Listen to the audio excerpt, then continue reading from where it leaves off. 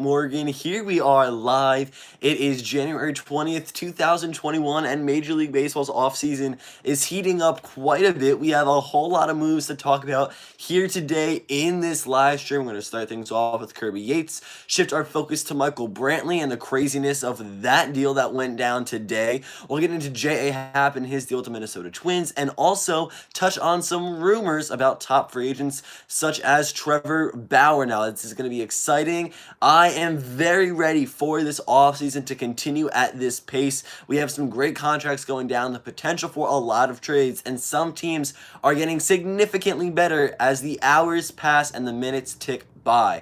So here we go. Let's get things going, starting off with the Kirby Yates deal. Now, the right-handed reliever is in agreement with the Toronto Blue Jays on a one-year contract worth $5.5 million.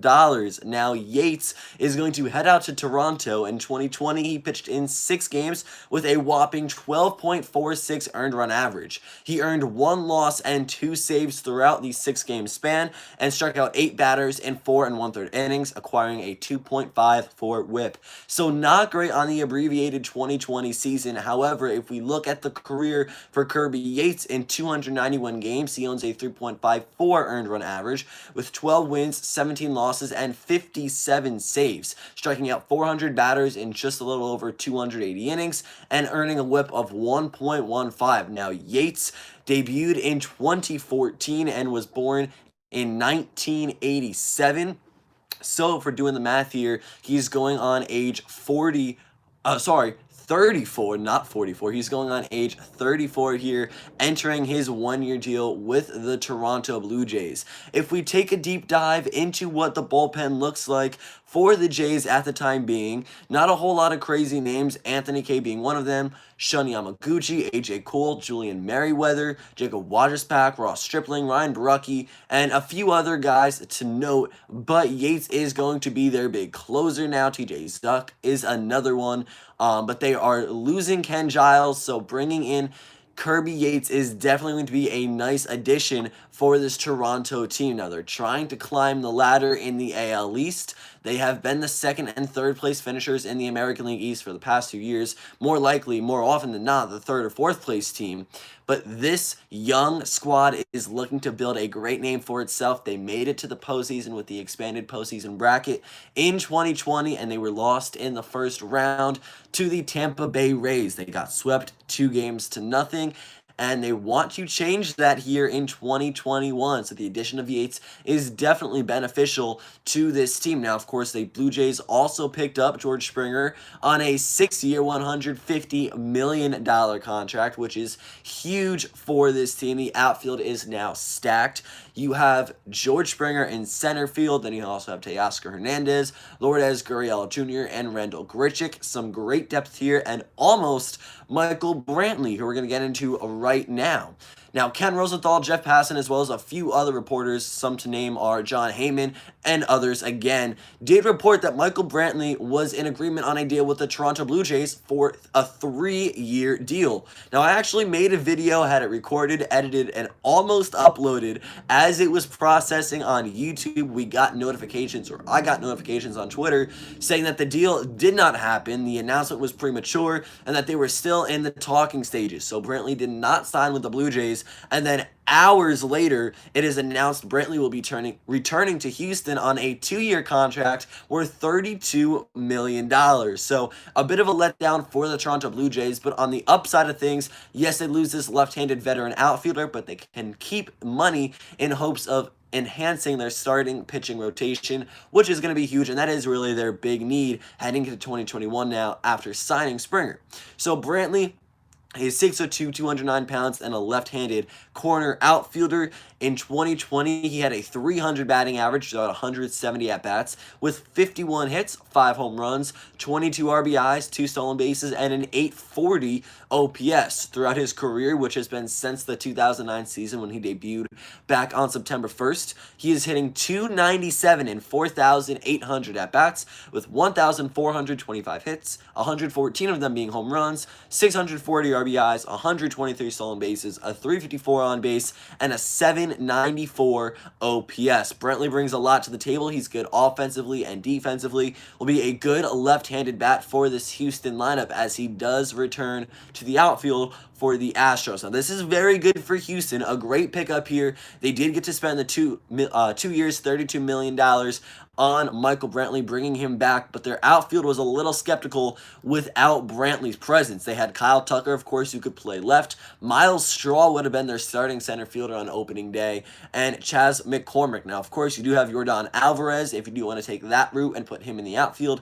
If not, you can use him as the designated hitter, but now that Michael Brantley is on the team yet again, they can kind of maneuver their roster a little bit differently. So a lot went down with Michael Brantley. The Toronto Blue Jays, it almost seemed like we're going to sign him. He ended up landing with the Houston Astros, and that is where he will be for 2021 and 2022. Let's take a look now at J.A. Happ. We are going to miss him out in New York. He had an interesting run with the New York Yankees, but now is going to a rival team, the Minnesota Twins, on a one-year, $8 million deal. Now, I got this notification a few hours ago. Was a little upset because I would have loved if the Yankees brought him back on a cheaper deal and enhanced their pitching rotation and added some depth there with the left-handed Happ.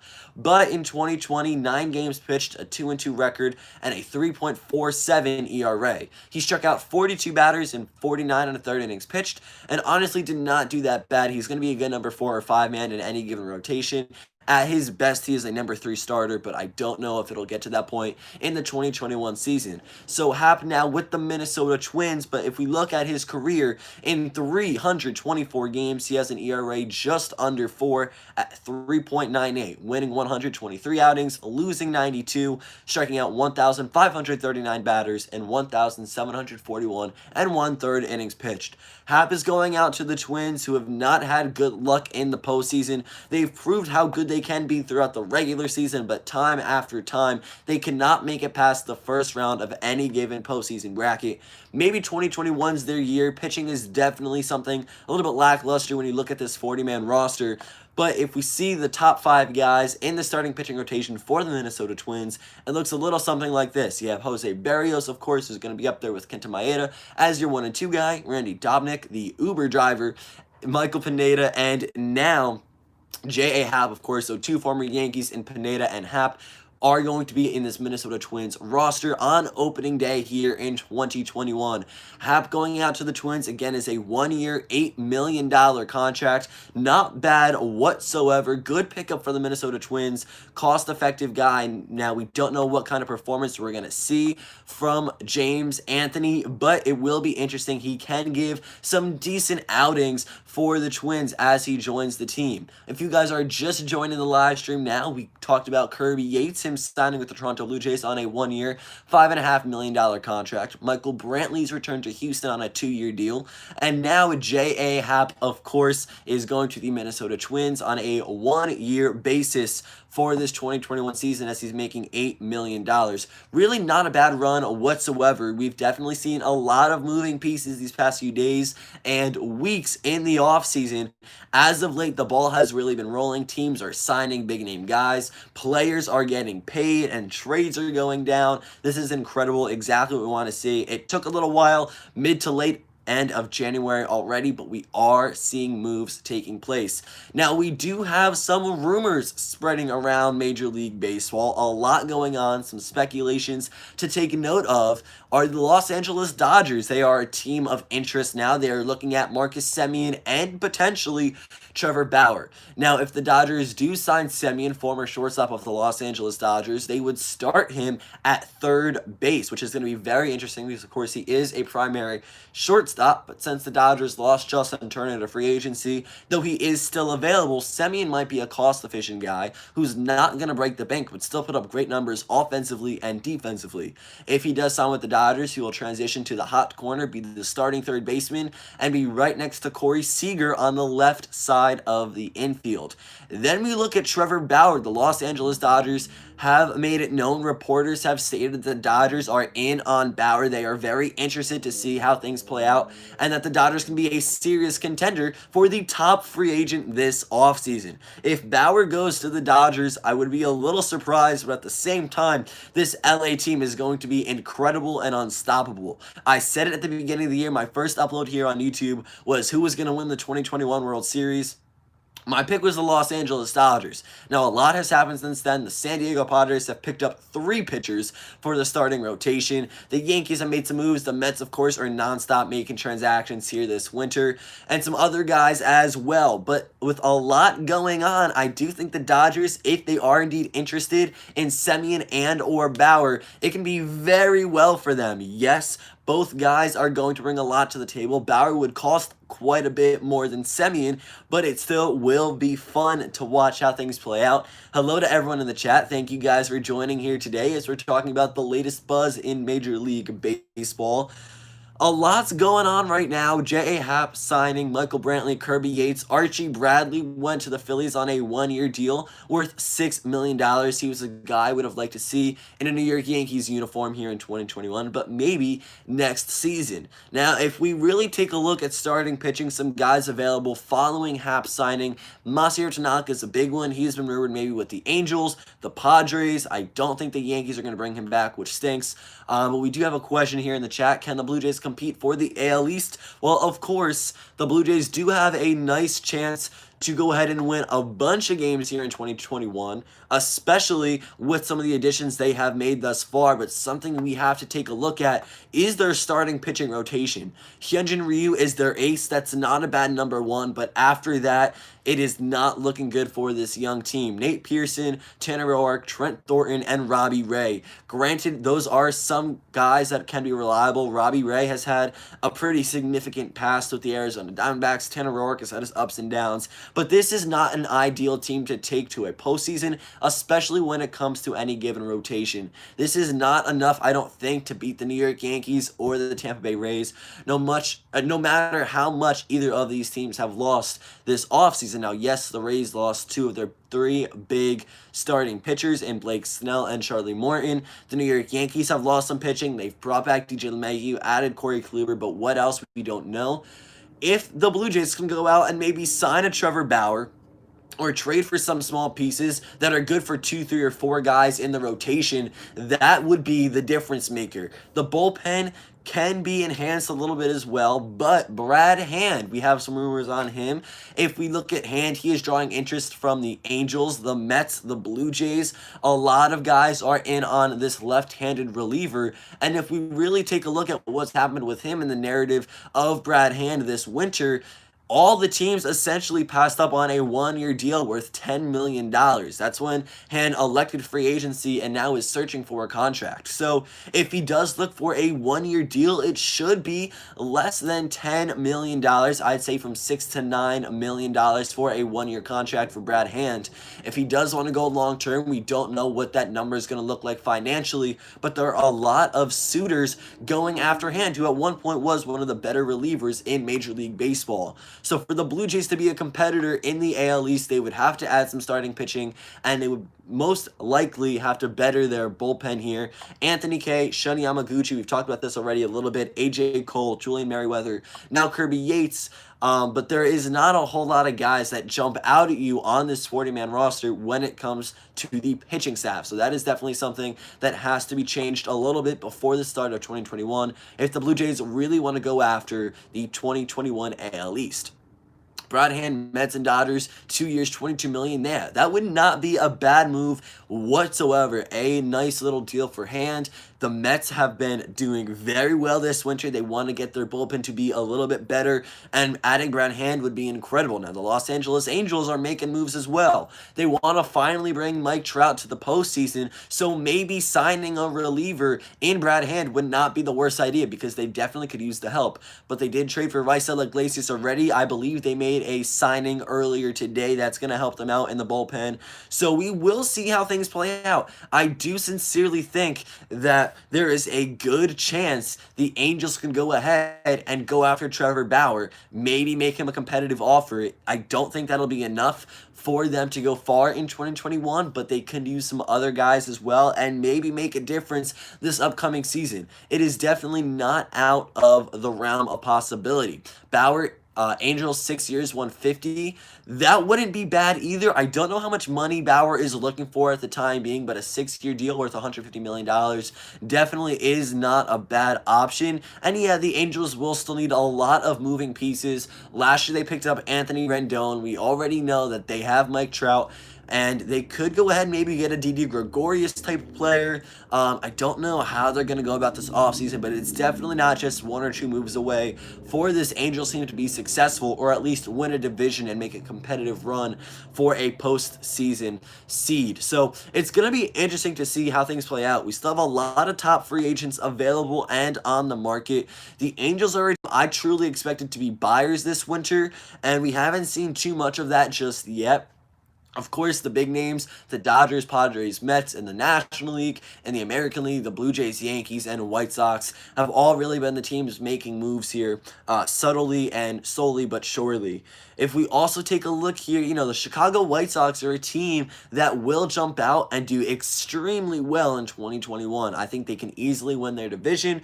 We've seen a lot of buyers and a lot of sellers when it comes to individual franchises this winter, and Cleveland Indians are a team that is not really getting better. They traded Carlos Carrasco, Francisco Lindor, lost Mike Clevenger halfway through the year to the trade deadline, and they sent him out to San Diego. So it's going to really be interesting to see how some of these divisions play out, and a lot of teams are selling, which is unfortunate. It's not great for the game of baseball because now there's only a small amount of teams that are actually competing and will be fighting this upcoming season. So it would be interesting for the New York Yankees also in the American League East. We're talking about the Toronto Blue Jays and how they have a possibility of winning, but they are multiple steps away from potentially beating the Yankees. So it's going to have to play out in a certain sense where the Blue Jays either make some moves or they just end here. But after signing Springer to a mega deal, 6 years, 150, Toronto really needs to go ahead and just add arms. Everyone and anyone to the rotation, to the bullpen. We're getting Jake Odorizzi in here in the chat. Yeah, I think Odorizzi would be great. Bauer is a guy they can easily target and go after. Spend a lot of money on him, especially if it's like a 4 to 6 year deal. If they can lock down Bauer for a couple seasons, they can easily get themselves to a winning standpoint if it's not in the 2021 season. There is so many good guys on the market when it comes to the rotation or the bullpen. The Blue Jays can make a great deal of opportunities out of the remaining time we have this winter. And you have guys like Trevor Rosenthal, Alex Colomé in the bullpen as well. Brad Hand is still available. So many guys who can go into the later innings of games, and the Toronto Blue Jays can add, or starting pitching wise, Jake Odorizzi. J.A. Happ is now off the market, but like a James Paxton as well. We get a chat here that the Yankees should trade for Kyle Hendricks.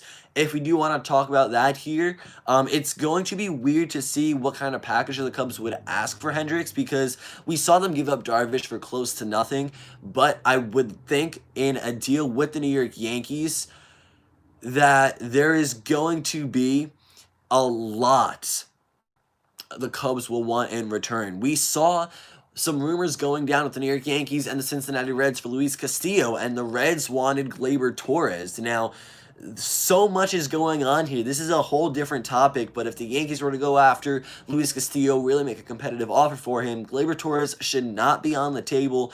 He's going to be quite a big piece for any team, and I think that would almost be a bit too much, especially if we are going to have to give up like a Clint Frazier, a Davy Garcia, or some prospects on top of that. So trade-wise, if the Yankees can get Kyle Hendricks, giving up a Clark Schmidt, maybe Miguel Andujar or Davy Garcia as well. You don't want to get rid of both Schmidt and Garcia in the same trade. I don't think that would go down well. If you take one of those guys, maybe Miguel Andujar and a handful of prospects, that would work. And honestly, the Yankees could pull that off and get either a Kyle Hendricks or Luis Castillo and maybe make something happen. We'll definitely have to see how things play out, though. There is so much still available. There are a lot of opportunities for teams to go out and make trades. The San Diego Padres have done a great job already signing guys and making acquisitions via the trade route with the Pittsburgh Pirates or other teams thus far. Right now, the New York Yankees, if we shift our topic of conversation back to this team, my favorite team, we will be able to see that so many things can be done here. Yes, you can potentially bring back Masahiro Tanaka. That would be a lot, though, especially if they want to stay under the luxury tax threshold. Tanaka would be a great guy back in pinstripes if he does not come to New York. It seems like maybe the Padres or the Angels, potentially he goes back and plays foreign baseball, which would not be good for the game in major leagues in the United States and in Canada, but I would love to see Tanaka return. I just do think that's a lot. He wants a $15 million deal for one season, so we don't know exactly what kind of opportunities he will get at the major league level here in the States or in Canada, but I don't think he's going to sign with the Toronto Blue Jays. Then you have J.A. Happ, again, who we mentioned, signing with the Twins on a one-year, $8 million deal. Maybe you go ahead and you bring back James Paxton. Would that be crazy? I don't think so. He should be pretty low in price. I just don't know how effective he's going to be on the mound. We look at the Yankees' current rotation, and it's going to be Garrett Cole, Corey Kluber, Luis Severino halfway through the season will come back, Jordan Montgomery, maybe Domingo Germán, and then Clark Schmidt, Davy Garcia. Definitely not enough to bring them to the postseason and have success, but it is something better than what they had just a week ago before signing DJ LeMahieu. There is so much going on right now, a lot of buzz. Germán is, I think, out, as we see in the chat here, for the 2020 season. It was weird kind of how that approach came about. I was never exactly sure what was going on with Germán and how his suspension was going to go, but if he does indeed miss 2020, the Yankees may want to go ahead and think about moving him, if that would even be possible, and teams would be open to that, who knows. So if the Yankees really want to go ahead and make some splashes here in the remaining time we have in the offseason, they need to trade for someone, whether it's Luis Castillo or Kyle Hendricks or even a lower-end starting pitcher. They need to add one more depth piece at least to the rotation. Bullpen-wise, could they use some help? Yes, but would I be against them leaving the bullpen till the trade deadline? Not at all, because they can easily go ahead and make some trade pieces in July or the summer this year. I think the top priority should be starting pitching. Yes, we brought back LeMahieu. Yes, we brought in Corey Kluber, but that cannot be enough. Maybe Julio Teheran is an option. He's a free agent. He might be pretty cheap, but we just do not know who is where. And honestly, there aren't too many rumors at the time being. So, really, if we look at it, the top teams right now, off-season-wise and heading into the upcoming season, is going to be the New York Yankees in the American League East on top of the Tampa Bay Rays and the Toronto Blue Jays. Again, with the Jays, it's all going to come down to what other moves they make this winter. Will they bring in starting pitching? If not, we don't really think that they will have enough depth to go ahead and beat a Rays or Yankees organization. The Tampa Bay Rays lost some starters as well, but they still have a very similar team offensively and defensively to their American League Championship title in 2020. You really want to look at it here. Tyler Glasnow is going to be your ace. Not bad whatsoever. Wander Franco may come up and make his debut, but the offensive side of things for the Rays will still produce at high extremes. New York Yankees, same type of deal. They will produce offensively. They have the names. If they can stay healthy, they are most definitely a threat, but that rotation is going to come back to hurt them if they don't make any more big moves. Pitching wins games, and if it's not for the Yankees adding more guys, they're not going to get very far in the postseason like years past. White Sox take the AL Central. I would sure think so. They definitely have the best overall team. They added Liam Hendricks to the bullpen. They brought in Lance Lynn for the rotation, and just this team all around looks to be very good. You have Luis Robert, Eloy Jimenez in the outfield. Adam Eaton is coming back. Yohan Moncada at third. Tim Anderson at shortstop. They have a couple guys they can use at second base. Jose Abreu, the AL MVP. He's just been incredible. Yasmani Grandal. This team has just been very, very good, and ever since last winter, they are showing that they are ready to win. So, if that is the case, the White Sox should take the division with ease, and then I think the runner-up would be the Minnesota Twins, with the Cleveland Indians finishing third. Then we look at the West. You see the Oakland Athletics, Houston Astros, Los Angeles Angels. I don't know who is going to come out on top in this division. Maybe the Houston Astros surprise us. The Oakland Athletics have lost some significant pieces. Tommy La Stella, Marcus Semien, Liam Hendricks. There are guys that they could bring back in order to be a competitive team in 2021 and maybe win the division. But it's going to be interesting to see, yet again, how this team runs their operations, just because they are losing so many more guys than they're currently bringing in. So at this point, maybe the Houston Astros have the upper hand in the AL West. Unless the Angels swoop in and in these last few weeks they can sign Bauer, sign Hand, sign some relievers, and some offensive pieces. That would be incredible. I wouldn't put it past them. It's definitely a possibility, but at the end of the day, we just really do not know. Switching things up, going to the National League now. The New York Mets, of course, are going to compete in the NL East. The Atlanta Braves are always in the mix as well. Those are going to be the top two teams going at it. It's going to be a fun rivalry, and it's something that I think will be neck and neck for quite some time. The Mets and Braves both have a lot to prove. New York is up and coming under the new ownership of Steve Cohen, have made a lot of moves this winter. They can easily go ahead and be a winning team and take the title in the NL East here in 2021. I do think that they have the opportunity to go very far in this postseason as well. But that is before they come in contact with the Los Angeles Dodgers and San Diego Padres. With that, we'll head out to the NL West, the Dodgers and Padres. They are going to be very similar to the Braves and Mets in that rivalry, but just to a greater extent. These two teams are on just complete different levels. They are so talented, going out there, giving it their all, picking up pieces, getting the right guys at the right times. They will be the top two teams in the National League, I believe, record-wise, and they are just on the perfect track for this upcoming season. That is the way to go. These two teams are going to be your guys to watch. In the NL Central, just not much going on really anywhere. It's hard to tell who is going to end up on top at the end of the 2021 regular season, but right now I think it is just a little premature to say who will win, especially with so many trade talks and everything that's going on with top free agents still available. Let's go ahead here and look at the live chat. 3 teams going in the right direction and 3 teams going in the wrong direction.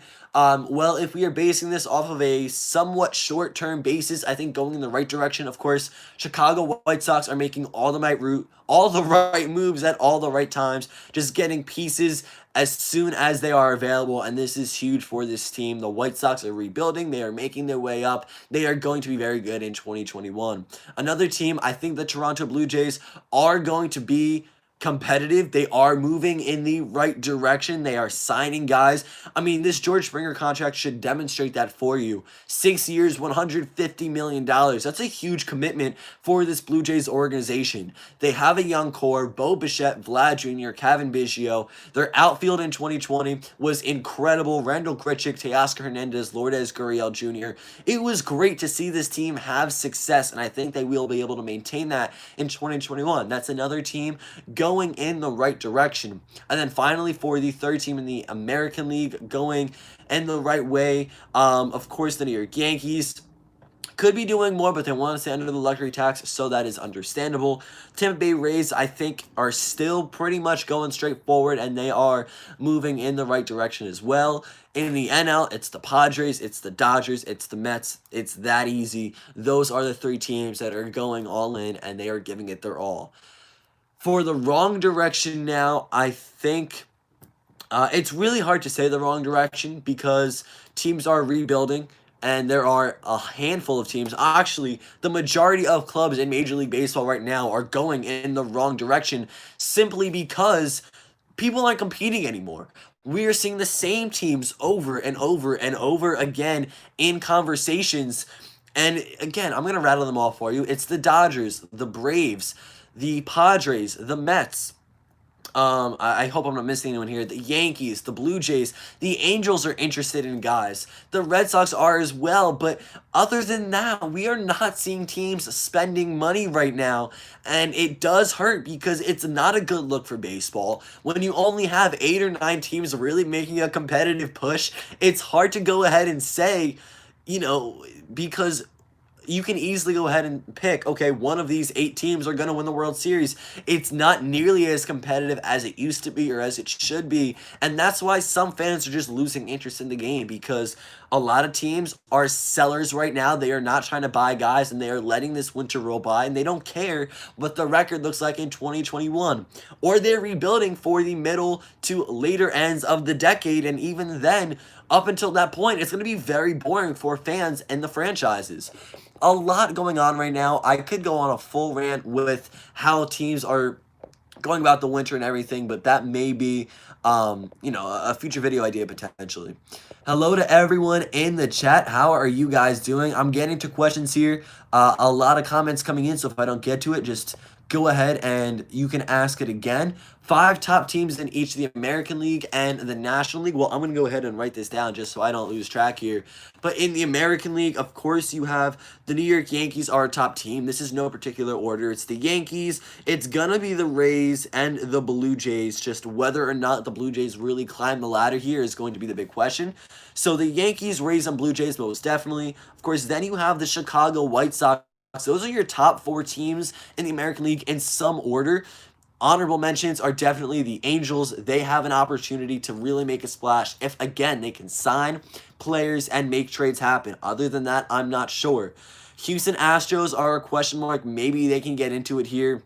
The Minnesota Twins is going to be a very fun team to watch, just because right now we've seen them in the postseason these past 2 years, but they just have no success in the later rounds of Major League Baseball. Once they get to the postseason, they cannot move it past that first point. So it will be interesting, and interesting, I feel like, is the word of the day here, because there are just so many question marks all throughout. So in the American League, I would like to go ahead and say the top 5 teams in no particular order are the Yankees, Rays, Blue Jays, White Sox, and Twins. Now in the National League, of course, the reigning World Series champions, Los Angeles Dodgers, without a doubt. Then you have the San Diego Padres, as well as the New York Mets. The Atlanta Braves, though they may be losing Marcell Ozuna, it does not look like he will return. The Atlanta Braves are going to still be a very competitive team. The NL East in general is going to be a very competitive division, and that in itself will be very fun to watch. So again, the top 4 that I have right now in the National League are the Dodgers, Padres, Mets, and Braves. I think the 5th and final team I'd have to throw in here, and this is going to be kind of up in the air, but it would be another NL East team, maybe the Philadelphia Phillies if they can bring back JT Realmuto, or the Washington Nationals, who have made some moves already this winter. A lot of signings and trades have gone under the radar, and I have not covered anything, or I have not covered everything rather, but I will at some point recap all of the signings that took place here in the winter. So I'm going to go ahead here, get back to the live chat, answer some more of your guys' questions. Let's see. Yeah, Astros lose a lot of guys. Yankees, White Sox, Rays, and Twins, top 4 in the AL. That's a very solid list. Do the Rays have enough pitching and hitting? Well, if we can take anything away from the 2020 season, we know that Tampa Bay can make so much out of very little. They have a small payroll, but an offense that can hit like there's no tomorrow. Pitching-wise, they have brought in guys from the bullpen. They pretty much started the opener with bullpen guys coming in to start games every 5th day. This is a team that is playing the mental side of baseball. They are strategizing every play of every game, and it works for them. So I think whether or not they have the pieces to start the season, they still will be very competitive all throughout 2021. And the Tampa Bay Rays are a team that will be a big name and a prominent name for years to come. So I don't know if they have enough pitching to maybe win and go all the way in the American League, but they have enough to get them semi-far, at least, into the postseason. So the Rays could be worse, could be better. Blue Jays have the potential to be better than the Tampa Bay Rays. That, of course, is definitely a possibility. Again, I would love to see the Blue Jays pick up some more pieces before I can go ahead and confidently say that that is possible and that may be the case. But they will be climbing the division soon enough. NL Central is the NFC East. I do not watch much football, but I will take your word for it. I know how bad the NL Central is, so I can pretty much make the assumption that the NFC East is not much better. Do you think the Twins can win a playoff game in 2021? Well, they have made very limited moves here in the winter. If we take a look at the depth chart really quick, because I do have it up, Jose Barrios, Kenta Maeda, J.A. Happ going to really be your top three guys in the rotation. Bullpen, Taylor Rogers, Hansel Robles, Tyler Duffy, not a lot of guys for these later innings of games. So pitching can definitely be a little bit better to help them win. Behind the plate, they have Mitch Garver, Miguel Sano at first, Luis Arias at second, Donaldson at third, Jorge Polanco in the outfield, Jake Cave, Byron Buxton, Max Kepler. I think they need to do quite a bit more before they can win. We don't know what the postseason is going to look like in 2021. It could very easily be an expanded postseason bracket like 2020. I hope it's not, and I think it's rumored to be back to the original layout. And if that's the case, I don't think the Twins make it to the postseason. So if we only see the 3 division winners and 2 wildcard teams, I doubt the Minnesota Twins will make it unless they make some massive moves these last few weeks leading up to pitching and catching reports in February and then spring training in March. So I don't think they have enough right now. They lost Rosario, Nelson Cruz. We have no idea where Nelson Cruz is going to go. And another big bat is Marcelo Zuna, who really does not have a lot going on with him rumored-wise. Let's see. White Sox will be the Twins. I definitely think that is going to be the case. They just have the better team overall. And all throughout, the White Sox are just a very strong team. Twins can make a decent run in 2021. I just don't think it's going to be enough for them. Yeah, Happ, $8 million to Minnesota. It's going to be fun to watch J.A. Happ. Because when he was with the Yankees, I believe he joined New York in 2018. Yeah, so he joined the Yankees in 2018 and honestly didn't have a bad run whatsoever. He went 7-0 with New York and had a 2.69 ERA in that 2018 season. Then 2019 comes along. He was 12-8 with a 4.91 earned run average, which is not good at all. And in the abbreviated season that just concluded, 2-2 in 9 games with a 3.47 ERA. So Happ, maybe for this Twins team, will be your number 3. You have Maeda, Barrios, and Happ, then Michael Pineda, and Randy Dobnak. And that is your best aspect of pitching when it comes to the rotation and the bullpen. Just the bullpen is not good enough to close out games and to really win and make a solid push. Let's see here. Yeah, so going back to the Blue Jays, this is a team of interest. The Boston Red Sox, another organization who have been in on so many guys and just have yet to pull the trigger. I think if the Blue Jays can successfully sign a pitcher, I would love to see Trevor Ballard head out to Toronto or Dunedin or Buffalo, wherever they're going to play. But if the Blue Jays can lock down Ballard and make a few more adjustments to some of the pitchers that they have, this is a very serious team. If we take a look at the depth chart for Toronto, again, the rotation, lackluster. Hyunjin Ryu is really the only name to know at the time being. Bullpen, struggling as well, but Kirby Yates will come in and help that out quite a bit. Their catchers, not bad. Danny Jensen and Alejandro Kirk. Kirk came in, had a great rookie season, just kind of goes against all the stereotypes of Major League Baseball, broke out, did very well in a small sample size. Jensen and Kirk, not bad as backstops. Could that position be improved upon? Of course, anything can be, but Jensen and Kirk, not bad to start to roll into 2021. First base, you have Vlad Guerrero Jr. as an option. Rowdy Tellez, who broke out the bat in 2020. Kevin Biggio is an option there. He can also start at second. Maybe Guerrero goes to third base. If not, you have Santiago Espinal, Bo Bichette at shortstop. He's been a sensation. And the outfield, we know how good it is. Lourdes Gurriel Jr., Teoscar Hernandez, Randall Grichuk, George Springer now, what could have been Michael Brantley but is no longer, Derek Fisher, Jonathan Davis. So many guys. Offensively, this team can be one of the best in the American League when it comes to putting up runs. So many great guys with huge bats. It is a bit of a right-handed heavy lineup, but the Yankees have done this before. They've had significant guys with all right-handed bats, and they've done just fine. The Blue Jays can easily put up a lot of runs, but their pitching is going to be what holds them back from winning games. Their bullpen will not be able to hold guys in the later innings. Their starting rotation, 4 out of the 5 games right now through the rotation at any given point are big question marks. Hyunjin Ryu will give you promise and hope every time he goes out there, but it's Nate Pearson, Tanner Roark, Trent Thornton, and Robbie Ray. That is not a rotation that the Jays should be comfortable with, and I don't think they are comfortable with that. They are looking to make some drastic changes, and I would love to see this happen in this winter right now. Trevor Ballard would be great with this team. One thing that does not make the Blue Jays desirable is the fact that their location for this upcoming season is to be determined. We have no idea where they're going to play. Of course, because of COVID, right now it looks like they won't be able to play in Canada because the traveling for the Blue Jays and all visiting teams back and forth constantly just will not be possible. So if it's not going to be Toronto at Rogers Center, will they return to Buffalo and play where they did in 2020? Will they go down to Dunedin and stay in their spring training site and just start the season there with their home games?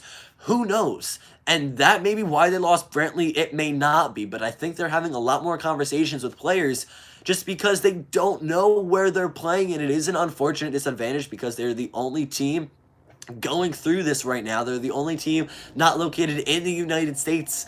So it does hurt them. I think it's going to hinder their chances of signing guys. And maybe Michael Brantley went back to Houston because Toronto just has no clue. And it's not the Blue Jays' fault. And it's really no one's fault right now. Just COVID is not allowing this to work out. And of course, COVID has been unprecedented. So much has gone wrong. And there's been just so many changes since March 2020. There's no one to blame for this, and for this, I mean the Toronto Blue Jays and the scenario that they find themselves in, but if we found out where they're playing, I think it would definitely be a bit more of an attractive destination for top-name free agents, because the Jays will spend money. We saw that with Springer. Let's go ahead here and see some more chats on the stream. Could the Blue Jays possibly relocate to Buffalo? That's definitely a possibility. Or if they just relocate in general. There was, I believe it was last winter or somewhere along the lines of late 2019 and 2020, the rumors that maybe there'd be a team in Montreal, or the Rays would play half the season in Tampa, half the team in Montreal, Canada. So maybe possible expansions or just relocations. I don't know if Major League Baseball is looking to add any more teams right now. I think it could definitely bring a lot to the table. It allows for more players to be signed, more jobs and everything, but we'll have to see. Right now, the Toronto Blue Jays, I think, are something special in Canada, and if they can go back to Rogers Center in 2021, that is ideal. But we'll have to go ahead. Again, this is all a waiting game right now. Hello to everyone in the chat. Thank you for joining the stream. I appreciate it. We'll probably do some more of this throughout the remainder of the offseason. We are not done just yet. We have a question in the chat. Do you think Jackie will resign? I hope so. So that, of course, is in reference to Jackie Bradley Jr., formerly known as the Boston Red Sox center fielder. Now, this is another guy who we don't know a whole lot about when it comes to his free agency and the processes that have taken place. But there is a possibility now that Springer is off the table. The New York Mets go after some other big-name outfielders. And the first few that come to mind are Marcell Ozuna and Jackie Bradley Jr. So with the Mets being a big market organization since the Steve Cohen era started in November, December, whenever he was brought in, I think the Mets will be able to offer Bradley quite a lot of money, and this is not a player that they're going to rely on for his bat. Yes, he does hit for a pretty decent contact. He's not going to necessarily, have a home run every other game. He's not a big power hitter per se, but he plays a great defensive game in center field, and the Mets need to upgrade their outfield depth. If you can get Nimmo, Conforto, and Jackie Bradley Jr., or maybe Jeff McNeil if you need him, or Dominic Smith in the outfield. You have so many great options right there and opportunities. The Mets have been looking to fill an outfield position this offseason, and they were really targeting George Springer. Now that he's off the table, there are some options and other ways to go. So Bradley returning to the Red Sox is a possibility, but there are some bigger teams financially and market-wise that could target him. And we know that the Red Sox have been a team of interest here in the 2020-2021 offseason. They've been linked to so many guys, and they've lost out on quite a bit. They also just haven't made any moves yet. Maybe they traded Andrew Benintendi, which I think is a bit premature, but that's been something speculated and rumored for quite some time.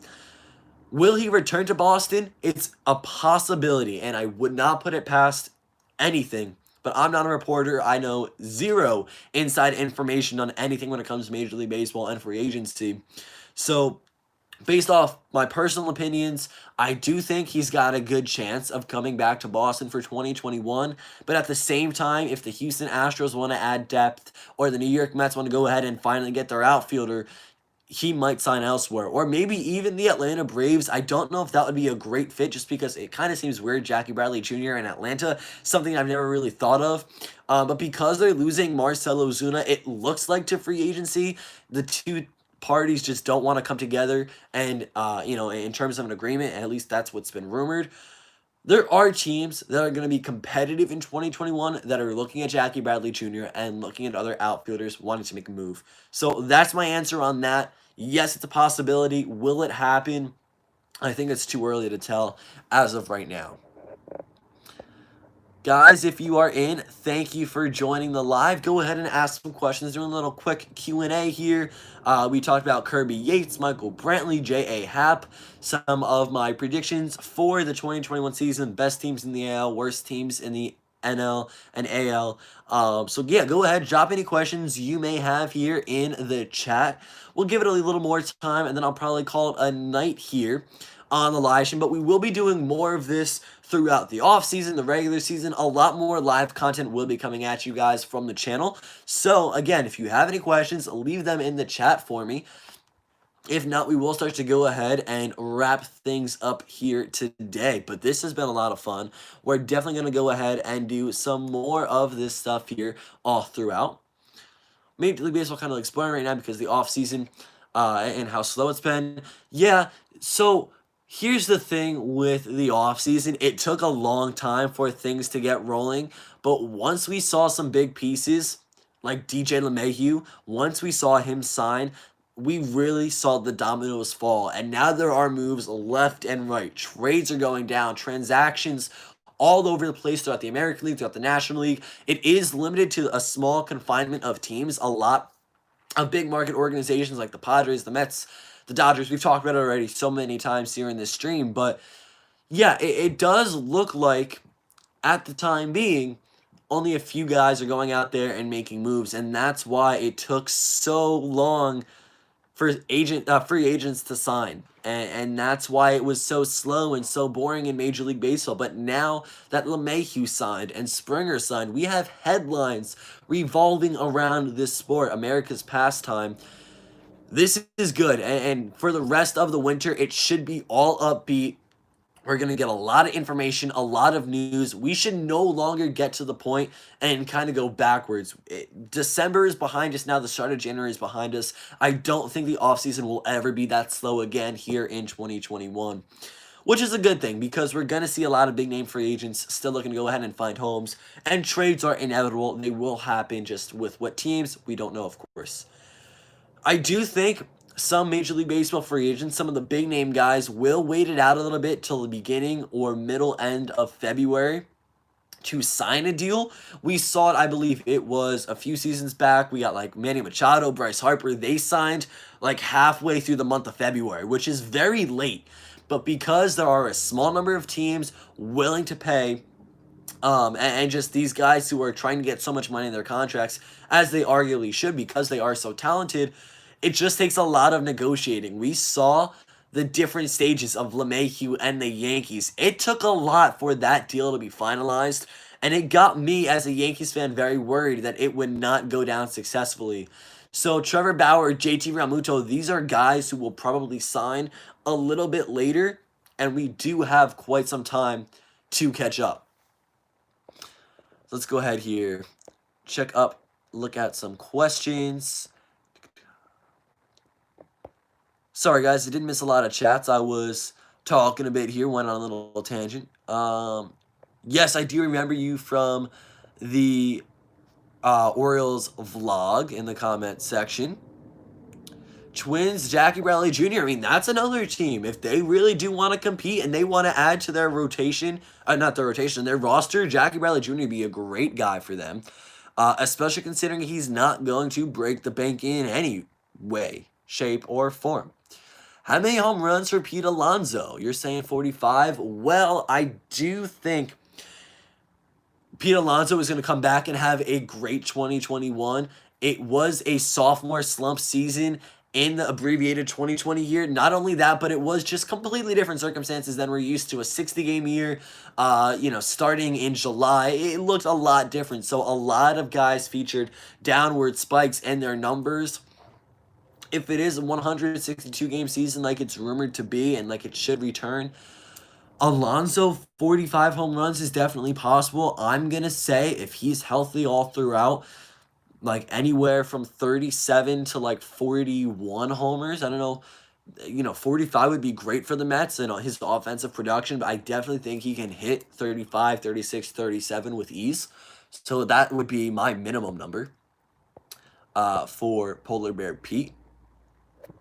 Let's go ahead here, see some of the most recent comments. Hello to everyone in the chat. Let's see what we have. So we got questions on hand to the Mets maybe, and how Steve Cohen wants to, definitely diversify and see how he's going to spend. If Brad Hand goes to the Mets, their bullpen will look very good. Very good. And it's definitely going to be better than years past. Because if we look at it, Edwin Diaz, Brad Hand with that addition would be insane. So those two alone are great for the 9th inning. Then you have Familia, you have Trevor May who's been brought in, Seth Lugo, Robert Gazelman. So many guys and opportunities you can rely on. I think the Mets will have a very successful and dominant bullpen here in 2021. Again, hello to everyone in the chat. Hander Ozuna could potentially sign next week. That's definitely a possibility. Bauer will most likely sign late because we don't know a whole lot about him just yet. JT Realmuto back to the Phillies, 5 years, 110. I did hear about that. I think last Friday it was announced that the Phillies made him a huge offer. We don't know the exact terms, but no updates on that. Let's see. Twins were interested in Bauer during the deadline. Can it happen now? I don't think that the Twins will go ahead and pick up Trevor Bauer. I just think with the way their team is going, they don't have the pieces, and I don't know how much money they're willing to spend. We also don't know exactly what Bauer is looking for, and I love his content, Momentum, the Trevor Bauer vlogs and everything, and his personal channel, what he's doing for the game on and off the field. Rachel Lupa, everyone. This is just such a great opportunity for baseball players to go ahead and get active, and I love what Bauer is doing and Rachel Lupa, his agent. So much going on for the benefit and the positive aspects of Major League Baseball. This is exactly what we need. He did do a video of what he was looking for in a contract, and preferably everything that he would want to check boxes wise before he does make a deal. So I can't speak for anything or for anyone. Will he be a good fit in Minnesota? Maybe. I just don't think right now that is the biggest team to go after. If you're Bauer, and I don't know what he's looking for again, but I would like to think he goes to the Padres, the Dodgers, the Angels, the Mets, or the Blue Jays. That is a lot of teams to choose from. That's sixth of the league, with those 5 teams that I just rattled off at you guys. But I think that he does have a very good chance of going out to the West Coast. We'll definitely have to kind of go ahead and see. It's going to be fun to track the rest of his free agency. Thank you guys for joining. I do not follow football at all. But yeah, Ballard, he's got a lot of teams that would be great fits for him. And, partnerships would be amazing. I would have loved to see him in New York with the Yankees if, financially they weren't at risk of going over the luxury tax right now. Of course, Ballard to the Yankees would have been awesome. But Jays, Mets, Dodgers, Padres, Angels, he's there's a good chance he goes to one of those 5 teams, but I would really love to go ahead and see him sign with like Toronto or New York. Maybe even the Angels and help get Trout to a postseason. I've said it a few times before, prediction-wise on the channel, where I think he's going to land, but right now it's just it's as up in the air as it was 2 or 3 weeks ago. All right, guys, so we are nearing the 1 hour mark here live on YouTube. I think I'm going to go ahead and start to wind things down and call it a night. We're going to take a few more final questions in the chat. If you guys have anything you want me to answer, go ahead and drop them in the live chat before we call it a night. Thank you guys so much for joining the live. Again, we'll give it a few more seconds here for you guys to send in any last minute questions if you have any. But if not, I should be live on the channel very soon once again. So we can do this, talk about Major League Baseball news, everything that's going on. I had a lot of fun sitting down, talking about Kirby Yates, Michael Brantley, J.A. Happ, and all the latest MLB buzz. A lot of fun. We will be doing this again. That will go ahead and end it here. It does not look like we have any more questions. Thank you all so much for watching. If you enjoyed, don't forget to drop a like down below, comment, and subscribe if you haven't already. Thank you all so much for tuning in today. I will go ahead and do another live. If you guys want to see some more streams, let me know in the chat. But this is something we will be doing a lot more in the winter, the off season, the regular season, everything. Thank you all so much for watching. I'll see you all next time. Peace.